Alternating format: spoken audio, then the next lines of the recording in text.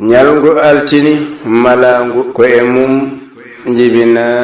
nelaɗo Allah sallallahu alayhi wa sallam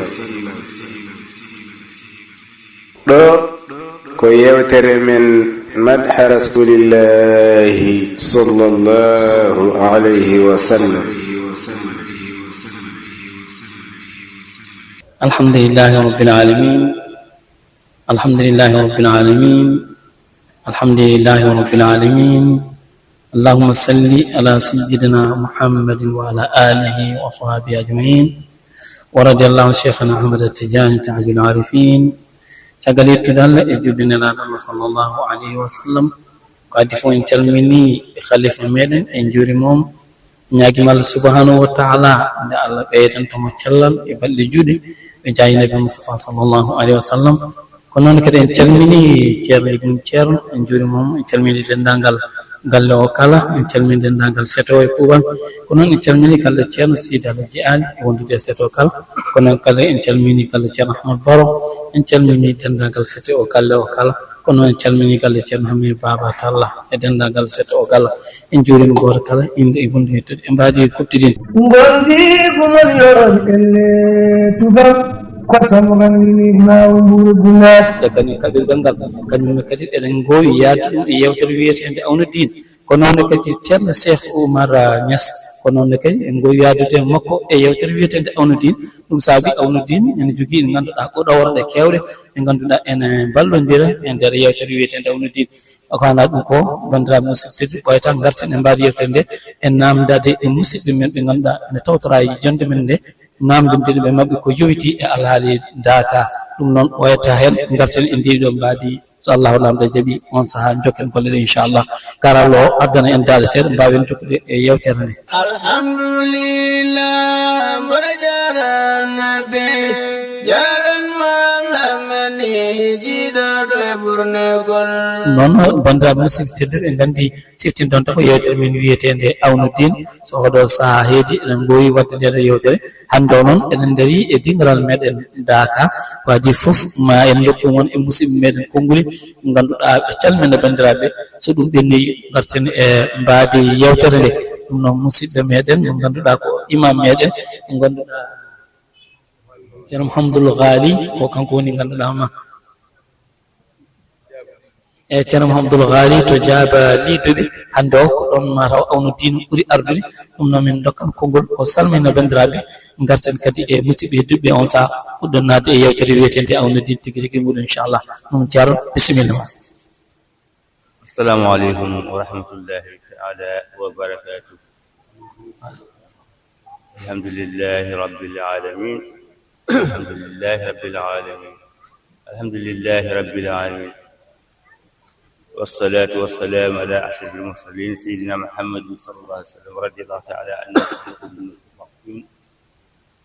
سيدي أحمد التجاني رضي الله تعالى عنه بندرابي on calminama on jurama ono chaîne biyeteɗo awno din walla bon émission biyeteɗo awno din min beltino feewi e bismade on e oɗo nokku e oɗo daaka 2026 ko adi fof ko duwontoɗen ko ceerno men khalifa meɗen ceerno Ahmad Tidiane Ba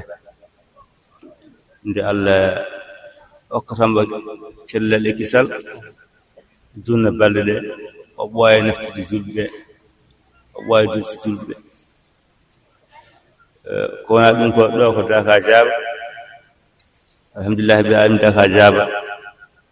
en jogii wonɓe ɗo musidɓe waɓe haalande en ko fate Daka Diaba ɗo fuɗɗuno eko yahata he eko yeyata hen ko sikkala en gandi ko jogiɗen ko Daka hitande fof ene waɗa ko notitto e aduna ko ha gonɗan foti ɗum tan tindini wonde ko moƴƴere mawde woni hen tindini wonde ko barka kewɗo woni hen tindini wonde ko nafoore aduna o fof ɗum noon wasde junnade mbiyon bisimilla moɗon awno diine hay mbiɗon ko awno diine ko ballude diine ɗum noon min bisimil moɗon kala kono walla diine emin jaadi heen emin beltini ɗumen emin ñaago ɗum moƴƴere ɗi Allah lawr ɗum yeeso. Assalamu aleykum wa rahmatullah. waaleykum salam wa rahmatullahi taala wa barakatuh. ceerno min beltima no feewi, min ɗaccanima noon wasata min gartoya e maɗa o joni ma to min ɓenna e ceerno meɗen o salmina kadi bandiraɓe on saha o wawa kadi haalde e inde makko. caggal ɗum ɗon on saha kadi min mbawa jokkude yewtere nden inchallahu taala. ceerno Mouhamadoul Fassir on min calmini min juurima ɗum noon bisimilla ma e Awnuddin ma taw calmina bandiraɓe hade min artude mbaadi yewtere nden hannirta inchallah. أعوذ بالله السميع العليم من الشيطان الرجيم. الحمد لله الهادي إلى صراطه من اجتباهم بتوفيقه واصطفى من خيرة خلقه طائفة يتولون تبليغ رسالاته إليه وتطبيق تعليماته معهم وكانوا أنبياء ورسلا وكانوا أولياء وعلماء عالمين. ثم الصلاة والسلام على الفاتح الخاتم الهادي إلى صراطك الأقوم التام الأسلم سيدنا ونبينا محمد بن عبد الله صلوات ربي وسلامه عليه. بندرا بجوب السلام عليكم ورحمة الله. كاردي فوف كنغار دومون كوكو يتر الله كيتاني فوف إنجيا داكا بيدو إمبي بين بيدو ندوكو بلل هاندي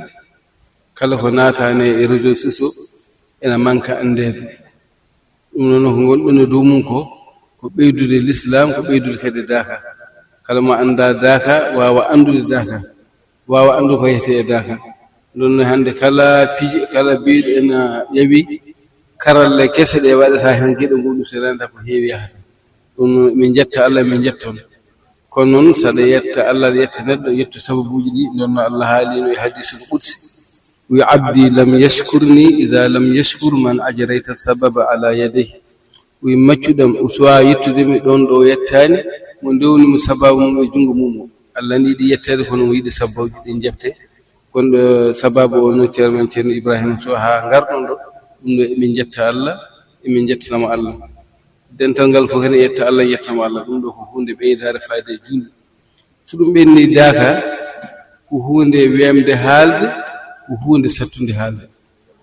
ko yeɓi haalde ko ene fuŋini goto fof en fawi hen guite muɗum. ko satti haalde ko moƴƴere mum ko woni to Allah ko neɗɗo wawa haalde sowona fuɗɗode daaka o e waaɓe noon mbayni. kono ko feewi tan daaka jaaba ko duuɓi limtinde wona hande kumisi. gila daaka ene kumisi ko duuɓi limtinde daaka ne are. jaabanaɓe noon ene jetta Allah arannoɓe nden koye tarasil jinnaɓe amen, koye tarasiluji garanno. te tarasil o hewatani ko diwan ɗo fof rendata tarasil ɓe jaaha ɓe garga balɗe ɗiɓe gona lawol. hande noon Allah newni daaka a dawat tan mbalta to walla kirda mbaltoya to. ɗum ɗo ko duwuji jinnaɓe ne seeraɓe meɗen ɗon e yettiri Allah. hol toɓɓere wonde nde kadi hande to wiite ɓe jaaba ɗo hande ko famɓe fof bis nawowo 57 place ene addu yimɓe taw jiiɗa utuji goɗɗi collotoji ha gona 5 jeegom ɗo joni ɗo e ɓaawo janngo ko arata ɗum taw ko jaabanaɓe ɓolɓe neɗɗo wawa haalde. ɗum noon ko tawɗa bamma ene waɗa fof aɗa hasi an aɗa heewi yidde ɗum. kono noon minen min jiɗi ko baaɓe amen waɗatno ko, jinnaɓe ko mbaɗatno ko, min tawi koye moƴƴere ɓolde. ɗum min jetta jinnaɓe amen fuɗɗoy ɗum ɓe haɓe jeehi minen kadi Allah hokkumin kadi darna ɗum. so min jeehi kadi ɓiɓɓe amen e tayniraɓe jeytaraɓe fof darno koye noon. ɗon no ko daaka jaaba wiyete. ɗo ko ala mawɗo ala so fof jiɗi yumma e baaba. sa naati ɗo a tawat ɓerɗe ko gotum, goto fof ene soppa ɗo fotiri ɗo, goto fof ene soppa ɗo fotiri ɗo. ɓene ndefa, ɓene lawƴa barmeji, ɓene dotta, ɓene gaddiya ndimeji, goto fof ene waɗa ko foti wadde ko. ɗum no ko yettude Allah. oɗo daaka noon koye daakaji ceerno Alhaji Mamadou Seydou iɗi yamirde wiɗi mbaɗe wona tan eɓe beela ɓe mbaɗa. goto fof ko dokkunoɗo daaka mo ha timmi ɗiɗi dokketende ko ceerno Alhaji Mamadou Seydou rokki jabanaɓe daaka o. ɗum tagi noon ha joni ene continue. dokkal noon so fandi ngal yarata yeeso.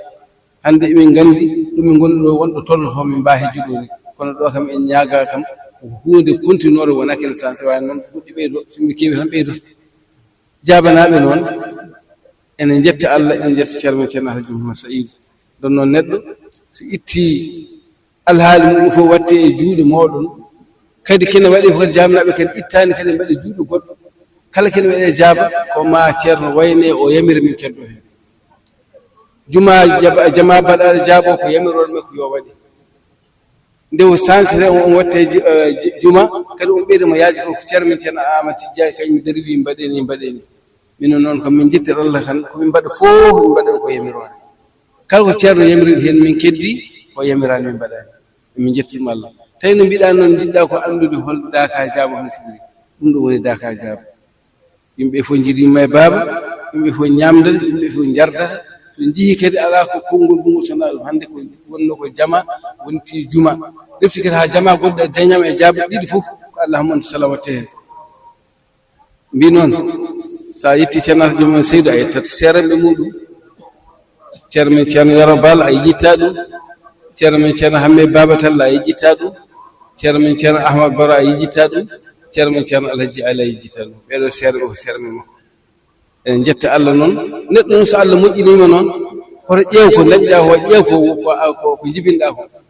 ay sa ƴeewi ceerno men ceerno Ahmad Tidiani ko kadoɗo ceerno ɗo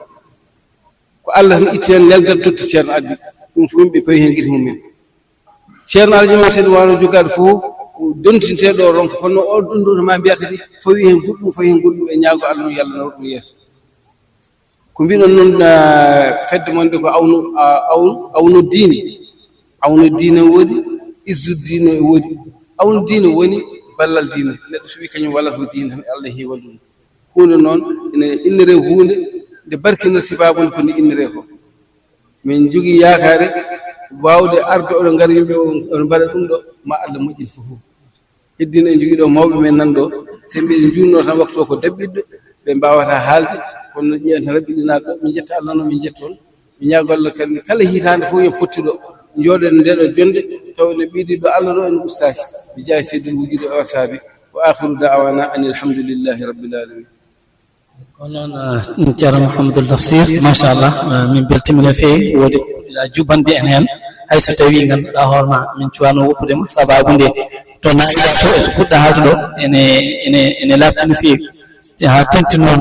sayanɓe ɓe no kalirɗaɓe ni no daka o ardini en daka o woni ni ɗum waɗi hannde o min mbawata wasde ruttade e namditadema so tawi min calmini heddiɓe on saha min duttoto e maɗa namdal gongal ɓe ganduɗa hoorema daka o nde o sincande beele sukaɓe ene garanno hen walla ala ko mawɓe ɓe tan ɓolɓe woni garanno kañumen ɗon walla ala ne jogui tan nde mawɓe mbatti arde garda e sukaɓe hande sukaɓe kewi mbawi kadi kañumen nde dartade nder darde e ɗum ene jeeya e namdal gongal ngal beele jaaba kañum nde watti arde daka mbete guure takkiɗe mbatti ñemtinde o wiyete jaaba e gargol ngol beele on saaha jaaba dañani caɗele e ronkude dañde gardugol ngol e sababude keewal yimɓe sababu notade ronkude addude yimɓe ɓe sababude ɗeɗon caɗele ɗe tawno laabi ɗi on saaha moƴƴama en jeeno kadi mankude jogade ko woni mobilaji ɗi beele on saaha ɗen caɗele keptanoke on hen ha ronku wawde addude on e dakaji ɗi beele kadi nokku o no mowno adanni e oɗo joni eɗen gandi daka o no mawniri ni ene sohla yaajeyru neɗɗo o yaajere hebde nokkuji goɗɗi jaaƴi beele ɗum kadi e oɗo miiji ɗum walla ala tawde tan ko lesli o ko ceerno moɗo diidani on onon gona ummotoɓe ɗo hayso tawi hankkadi ne paaɗekki ene ɓerɗe ɗe ne jaaƴi hayso tawi kam paaɗekki to banggue gonka ka ene faaƴi kono to banggue ɓerɗe kam ene gandani yaaji beele oɗon jogui anniya ƴewde nokku goɗɗo walla ala kadi ko lesɗi o tan sababude ceerno kañum tan woni ko waɗi e ɗum noon musidɗo wata woodi ko ɓaaji en seeɗa ɗum no duttoto e mbaadi salmin gongo tan mbawen artude mbaadi yewtere kono siftinde bandiraɓe tan ko yewtere min wiyetede awnu din ɗum noon calmina musidɓe meɗen on saaha kadi o salmina bandiraɓe on saaha o innito mbawen artu kadi hunde e mbaadi yewtere nde inchallah assalamu aleykum wa rahmatullahi taala wa barakatuh o ko musidɗo mon Ibrahima Sow eyyi min calminima an musidɗo mo gartuɗa o fof eɓe goppuɗa ɗon ɓe fof on calminama on mbiyama kadi bisimilla moɗon on ɓooyi arde oɗon tawa min ɗo oɗon jettina konnguɗi amen ɗi min mbawa yittinde koye amen yo Allah yoɓ moƴƴere enen kam hannde en mbawata ko kono ene wayno on meeɗa taw ɗo ceernajo kanko woni mawɗo hande dental ngal almudo moƴƴo gando on ceen Tafsir kadi jaɓɓe wallodirede no feewi kanko haala makko eno yone fof e tengtinde tan e haala makko he daaka jaaba ko daaka mo ganduɗa kawnuɗo fodde yimɓe fof jiidi yimɓe mo jiidi baaba ɗum waɗum selli saɗa ƴeewa ɗo kucciɗɗa ɗo kiiɗo caani ko mawɓe ɓurɓe jogaade duuɓi ngoni ɗo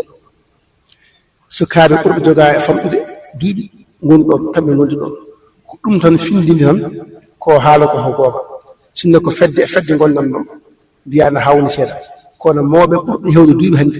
e jaaba kamɓe ngoni ɗo sukaaɓe ɓurɓe famɗude duuɓi kamɓe ngoni ɗo suudu e kamɓe gondi firti wadde daaka o hay so ko suudu wuturu nembe jogii njorto moƴƴo amin keƴo ɗo te so min keƴiɗo kam ɓe belti hen nde wonno wonko jibinta heewi balɗe sappo ɗe wonko nafata ene adda gañodiral ene adda gowodiral ene adda jiɗodiral ene adda kadi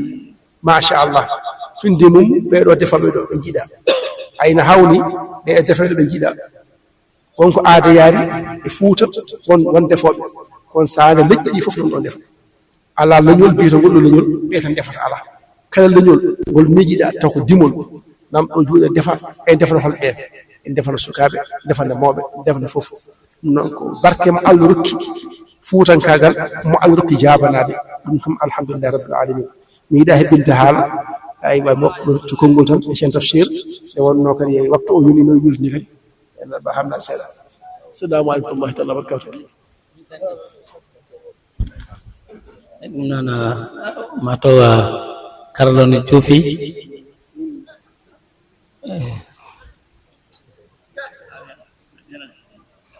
o wi ko ha joni ko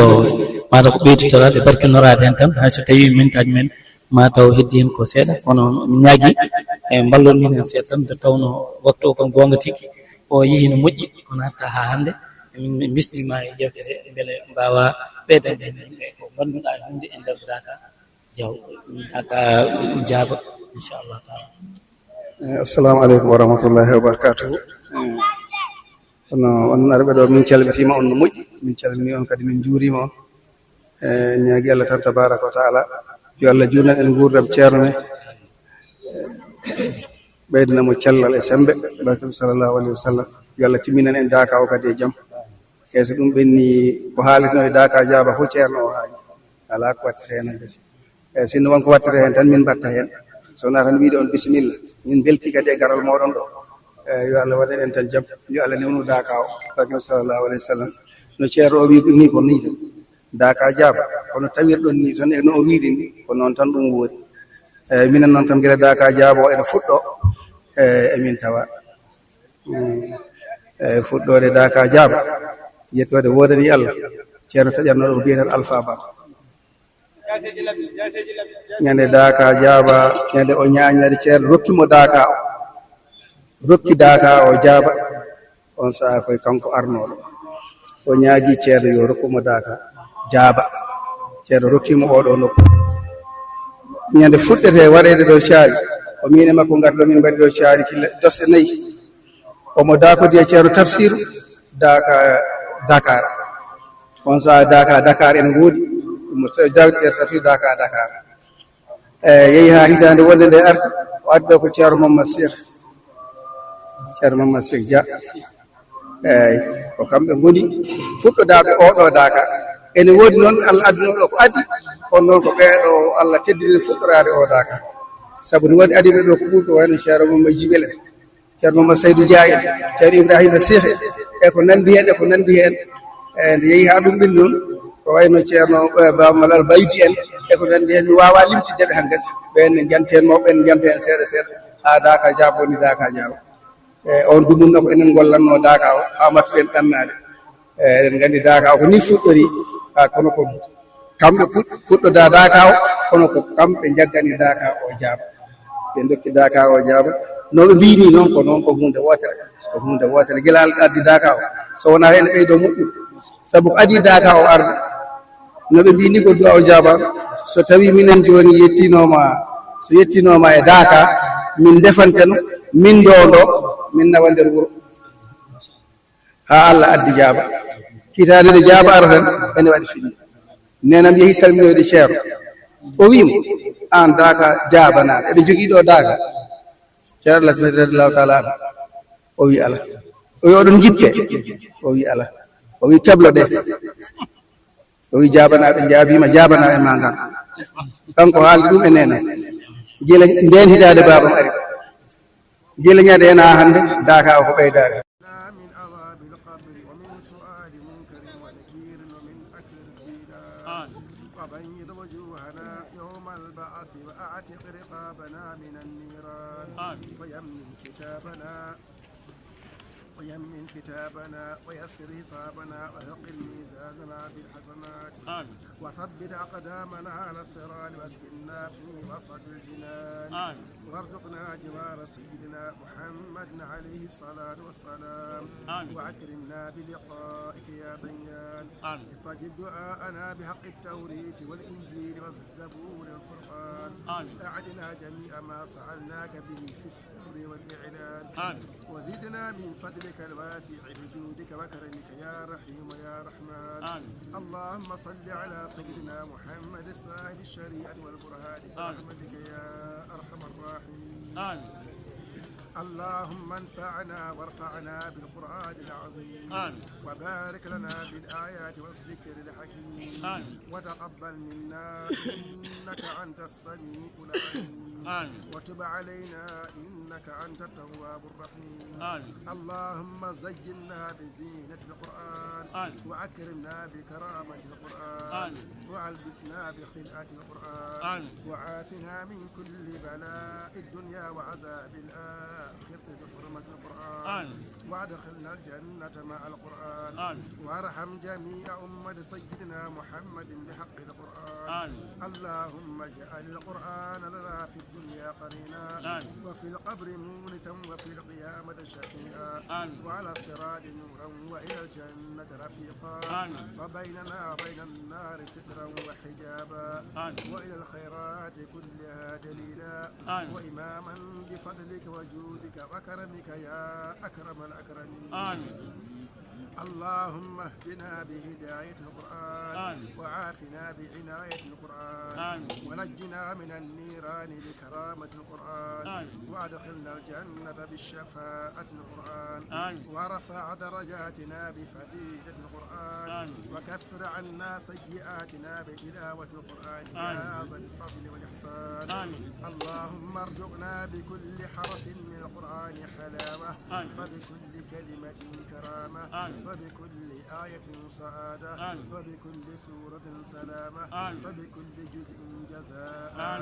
اللهم ارزقنا بالالف ألفة وبالباء بركة وبالتاء توبة وبالثاء ثوابا وبالجيم جمالا وبالحاء حكمة وبالخاء خلانا وبالدال بنوى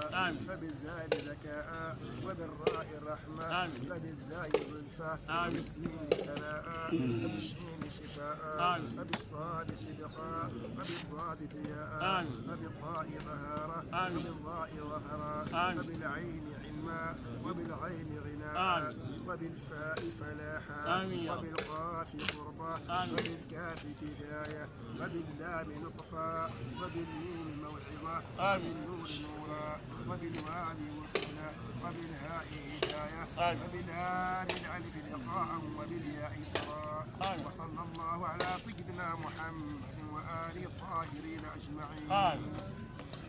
اللهم بلغ ثواب ما قرأناه ونور ما تلوناه إلى روح سيدنا محمد عليه السلام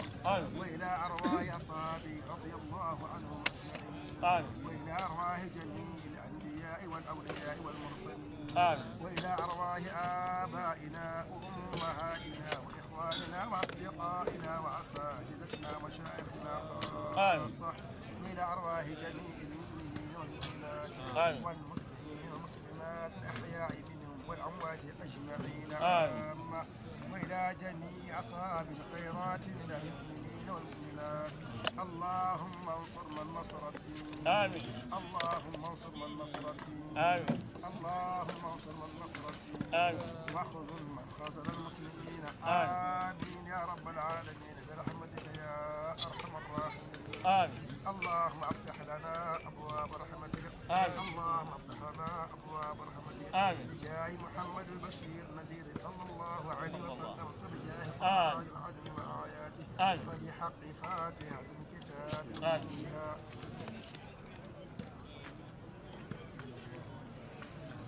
آمين. آمين. آمين. آمين. آمين. آمين يا رب.